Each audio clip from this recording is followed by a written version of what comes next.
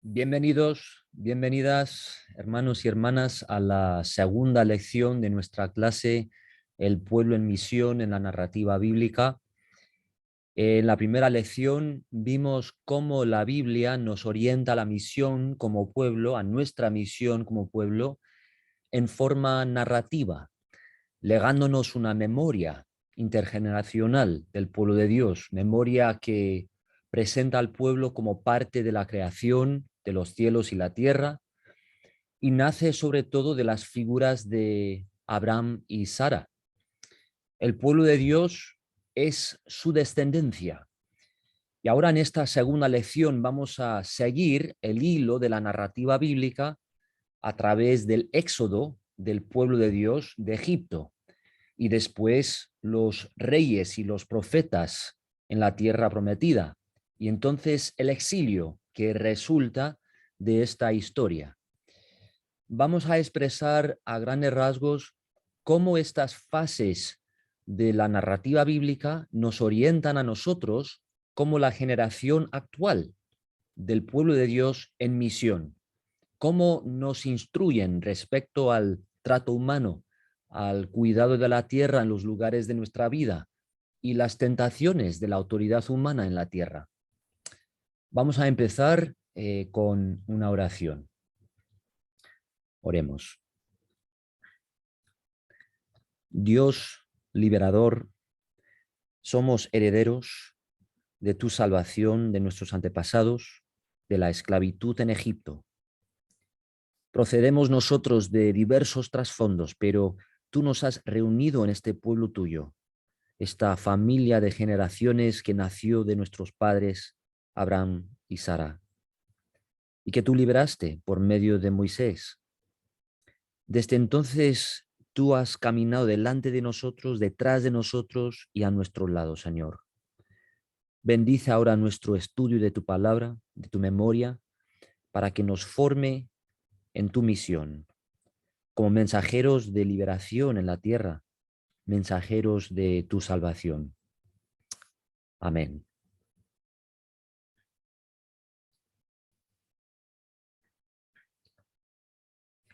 El Éxodo constituye una especie de fundación del pueblo de Dios. El acto de Dios que salva a los descendientes diversos de Sara y Abraham, Rebeca e Isaac, e Israel y Lea, Silpa, Bila y Raquel, los salva de la opresión y la esclavitud conforme a las promesas que sus antepasados recibieron de su Dios.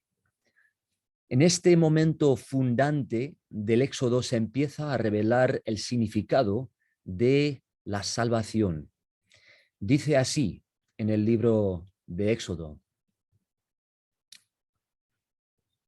los hijos de Israel que gemían a causa de la servidumbre clamaron, y subió a Dios el clamor de ellos desde lo profundo de su servidumbre. Dios oyó el gemido de ellos y se acordó de su pacto con Abraham, Isaac y Jacob. Y miró Dios a los hijos de Israel y conoció su condición. O sea, al conocer la condición de opresión de su pueblo, el Dios de Israel salva a su pueblo de esa condición, como leemos en Éxodo un poco más adelante también. Yo soy el Señor, yo los sacaré de debajo de las pesadas tareas de Egipto, los salvaré de su servidumbre y los redimiré con brazo extendido y con gran justicia. Lo tomaré como mi pueblo y seré su Dios. Así sabrán que yo soy el Señor su Dios, que los sacó de debajo de las pesadas tareas de Egipto. Los meteré en la tierra por la cual alcé mi mano, jurando que la daría a Abraham, a Isaac y a Jacob. Yo se la daré por heredad. Yo soy el Señor. Esto de Éxodo capítulo 6. Y luego, al ser rescatado de la esclavitud, Así es como el pueblo canta en Éxodo 15. Cantaré yo al Señor, porque se ha cubierto de gloria, ha echado en el mar al caballo y al jinete. El Señor es mi fortaleza y mi cántico, Él ha sido mi salvación. Este es mi Dios a quien yo alabaré, el Dios de mi Padre, a quien yo enalteceré. Se puede apreciar en este momento fundante y gobernante del pueblo que la salvación abarca la necesidad del ser humano en su plenitud. No solo su necesidad espiritual, sino también su necesidad física a lo largo de sus generaciones, los lazos multiformes de su vida corporal en relación unos con otros y el resto de la creación. La salvación es la diferencia, pues, entre la opresión en la tierra y la libertad en la tierra. Entonces, el Éxodo presenta la raíz de este concepto de la salvación en la narrativa bíblica, como se puede reconocer claramente en los Salmos, los profetas y el Nuevo Testamento, que vuelven una y otra vez a la memoria de la salvación de Egipto.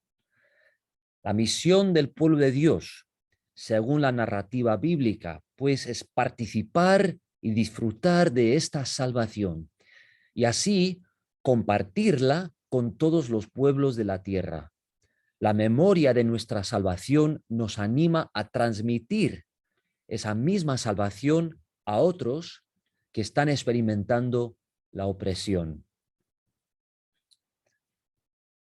La salvación es entonces una liberación integral del pueblo, cuya memoria gobierna la misión del pueblo a lo largo de sus generaciones. Vemos esto, por ejemplo, en Deuteronomio 24. No oprimirás al jornalero pobre y menesteroso, ya sea de tus hermanos o de los extranjeros que habitan en la tierra, tu tierra dentro de tus ciudades.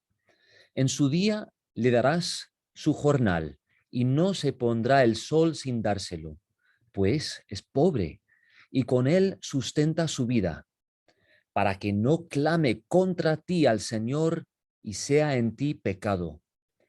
No torcerás el derecho del extranjero ni del huérfano, ni tomarás en prenda la ropa de la viuda, sino que, y aquí está la clave, te acordarás que fuiste siervo en Egipto y que de ahí te rescató el Señor tu Dios.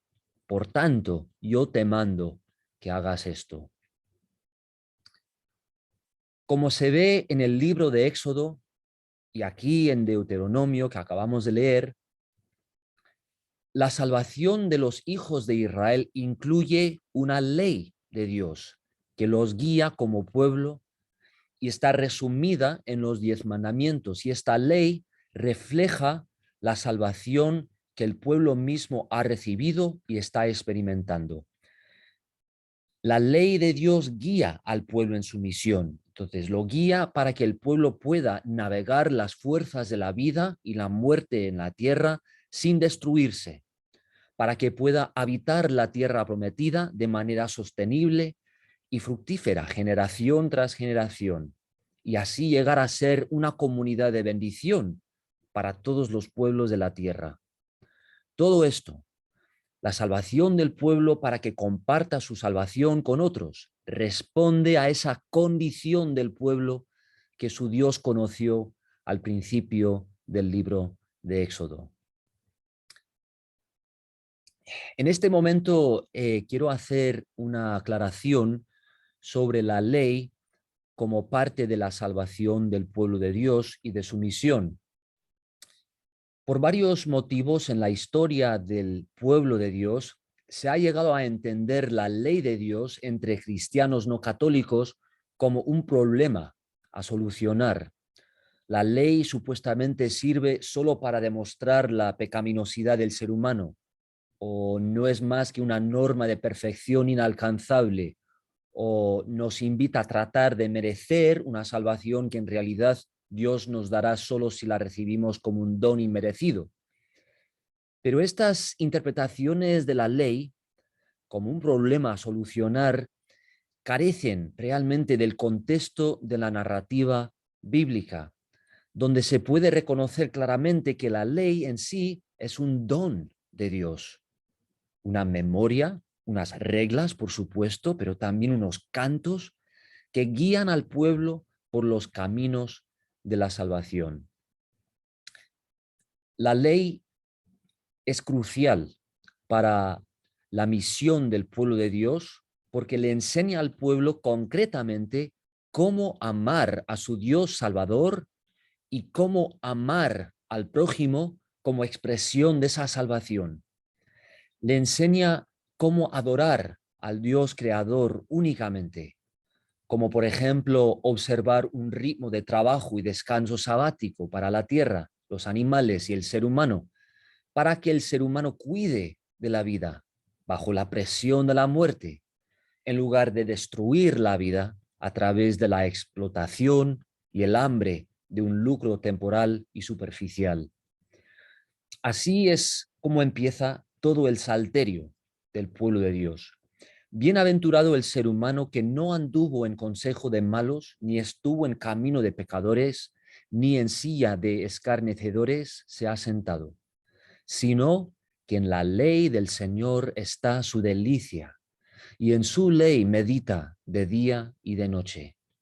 Será como árbol plantado junto a corrientes de aguas, que da su fruto en su tiempo, y su hoja no cae, y todo lo que hace prosperará. La ley, pues, en sí, es una guía para la misión del pueblo.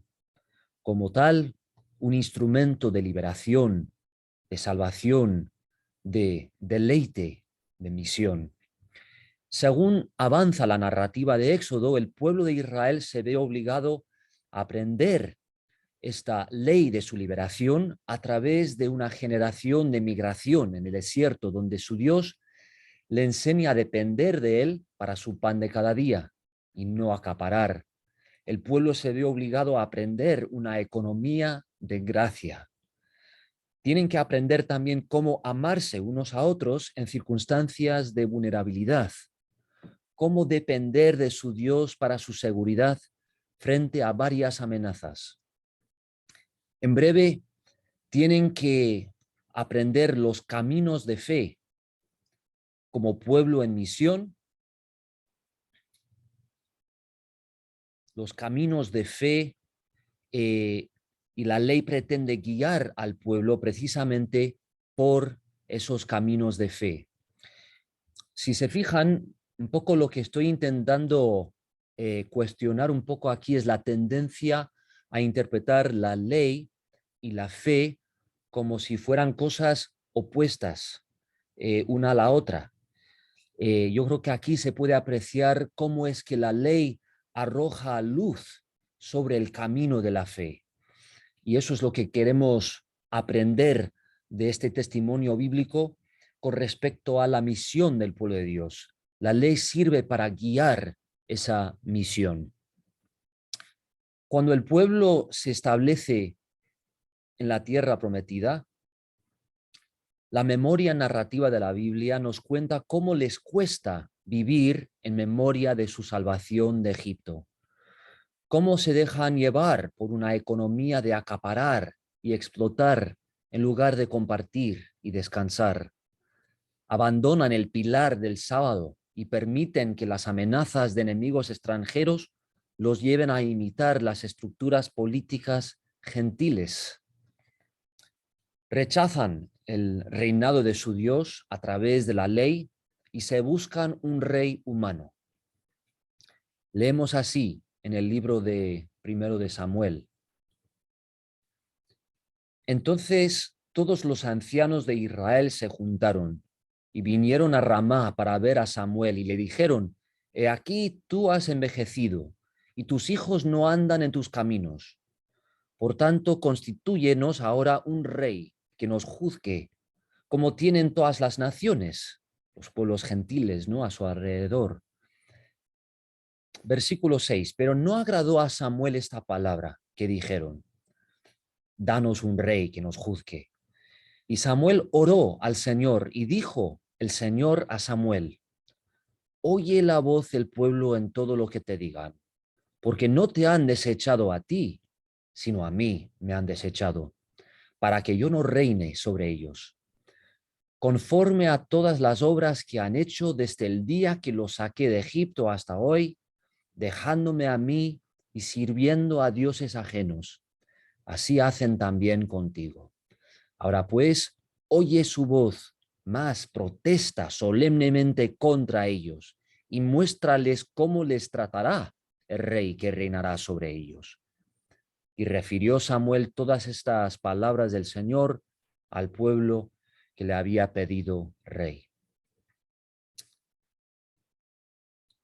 Con el primero de los reyes, el rey Saúl, surge a la vez otro tipo de figura en la narrativa bíblica, la figura del profeta.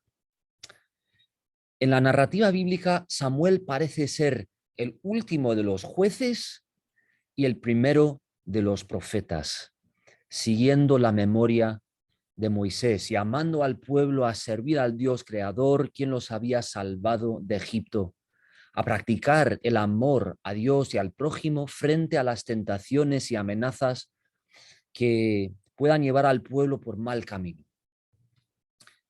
Dios no rechaza a Israel cuando Israel rechaza a Dios como rey, pero sí manda a profetas al pueblo para frenar el poder de reyes humanos, para descubrir su injusticia y para indicar una y otra vez los caminos de justicia de la ley. Los profetas sirven al pueblo entero, pero los encontramos muchas veces careándose sobre todo con los reyes y otras autoridades del pueblo. La tendencia de los reyes y autoridades es promover una buena imagen de su régimen con ritos de adoración que esconden la realidad de su injusticia. Tales autoridades humanas organizan actos públicos de ayuno y dedicación mientras su gobierno no practica el amor a Dios y el amor al prójimo. Y por tanto no promueve ese amor en el pueblo y hasta persigue a los que sí enseñan y viven ese amor. Un profeta como Isaías representa cómo responden a la corrupción del gobierno y su pueblo los profetas para señalar la verdadera misión del pueblo de Dios como mensajero de salvación. Aquí el texto de Isaías. Clama a voz en cuello, no te detengas, alza tu voz como trompeta y anuncia a mi pueblo su rebelión y a la casa de Jacob su pecado, que me buscan cada día y quieren saber mis caminos, como gente que hubiese hecho justicia y que no hubiese dejado la ley de su Dios. Me piden justos juicios y quieren acercarse a Dios. ¿Por qué? Dicen, ayunamos y no hiciste caso. Humillamos nuestras almas y no te diste por entendido. He aquí que en el día de su ayuno buscan su propio gusto y oprimen a todos sus trabajadores. He aquí, para contiendas y debates ayunan y para herir con el puño inicuamente. No ayunen como hoy, para que su voz sea oída en lo alto. Es tal el ayuno que yo escogí, que de día aflija el ser humano su alma, que incline su cabeza como junco y haga cama de cilicio y de ceniza. ¿Llamarán esto ayuno y día agradable al Señor? ¿No es más bien el ayuno que yo escogí desatar las ligaduras de impiedad, soltar las cargas de opresión y dejar ir libres a los quebrantados y que rompan todo yugo? ¿No es que partas tu pan con el hambriento y a los pobres errantes albergues en casa? ¿Que cuando veas al desnudo lo cubras y no te escondas de tu hermano? Entonces nacerá tu luz como el alba y tu salvación se dejará ver pronto, e irá tu justicia delante de ti, y la gloria del Señor será tu retaguardia. La injusticia de las autoridades del pueblo que permite patrones de injusticia en todo el pueblo, conduce a la muerte prescrita por la ley. ¿En qué consiste esa muerte? Pues una sociedad llena de violencia, explotación, enemistad entre padres e hijos y rivalidad entre un miembro y otro del pueblo. Y como culminación, la invasión de imperios gentiles a su alrededor y el exilio del pueblo. Esta misma muerte es lo que predicen tanto la ley como los profetas. Sin embargo, como siempre ha sido el caso, el Dios de Israel no rechaza a su pueblo cuando su pueblo rechaza a él. Su Dios lo busca y busca salvarlo. En Deuteronomio 30, la ley predice que el Dios de Israel acabará con el exilio de su pueblo. Los reunirá y los transformará para que practiquen juntos el amor que su ley manda y sean instrumentos de justicia para otros pueblos también. Su Dios los salvará y los convertirá en mensajeros de salvación para que en su pueblo sean benditos todos los pueblos de la tierra, como había prometido a Abraham. En el primer libro del Nuevo Testamento, el Evangelio de Mateo, empieza su narrativa de Jesús como un drama genealógico, un drama que presenta la historia de Israel de Abraham al rey David, a través del exilio a Babilonia, hasta la invasión del imperio gentil más reciente, el de Roma, que está oprimiendo al pueblo de Jesús en su propia generación.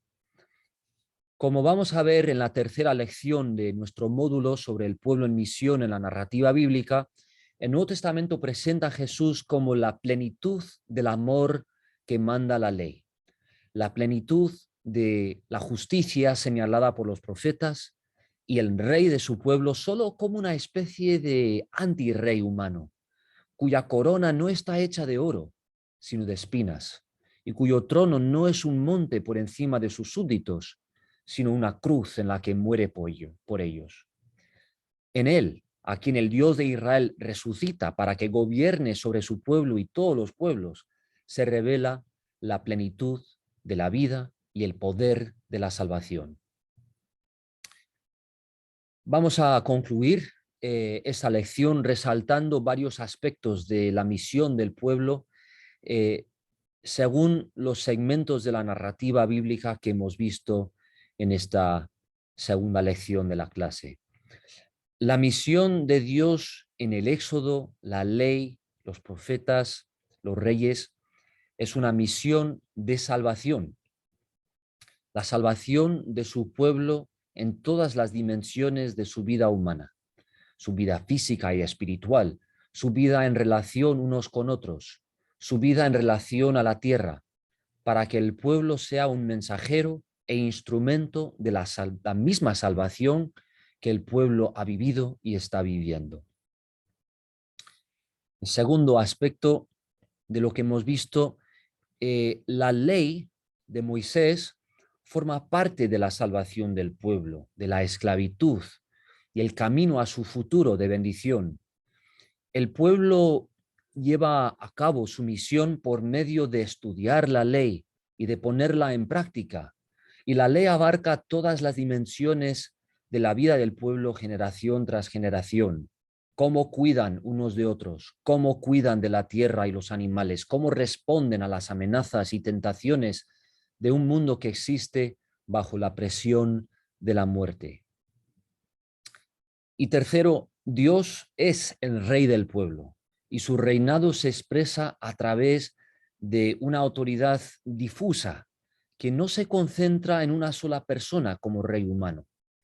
La estructura de una cabeza humana del pueblo representa un rechazo a Dios como rey y una tentación del pueblo que puede desviarlo de su misión, por lo cual el pueblo tiene que hacer caso a los profetas que Dios le manda para llevar a cabo su misión, incluso cuando esa misión les lleva a atravesar la muerte del exilio.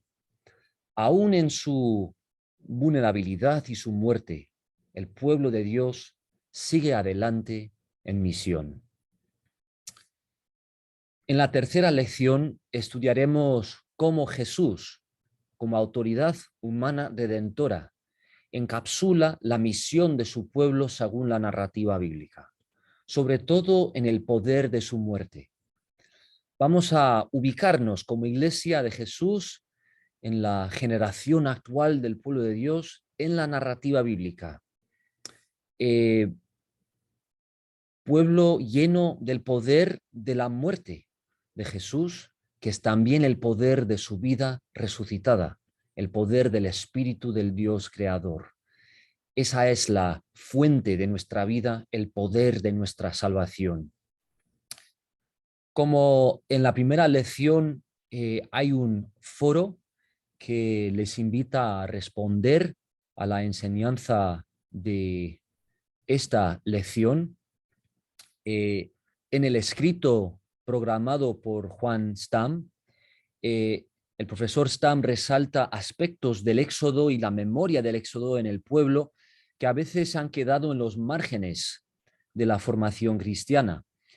En vista de lo que resalta y de la presentación que yo acabo de terminar, esta presentación de la misión de Dios en el Éxodo, la ley, los reyes y los profetas, la pregunta a contestar en el foro es esta: ¿cómo podemos crecer como mensajeros de liberación en nuestra generación del pueblo de Dios, en el lugar que habitamos?